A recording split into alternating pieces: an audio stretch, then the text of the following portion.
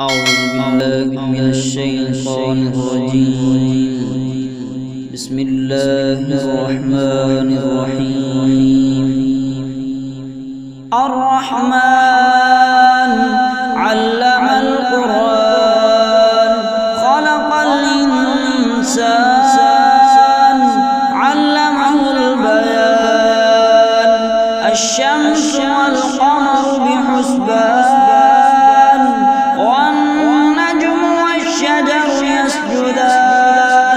والسماء رفعها ووضع الميزان ألا تطغوا في الميزان وأقيموا الوزن بالقسط ولا تخسروا الميزان والأرض وضعها للأنام فيها فاكهة والنخل ذات الأكمام والحب ذو العصف والريحان فبأي آلاء ربكما تكذبان خلق الإنسان من صلصال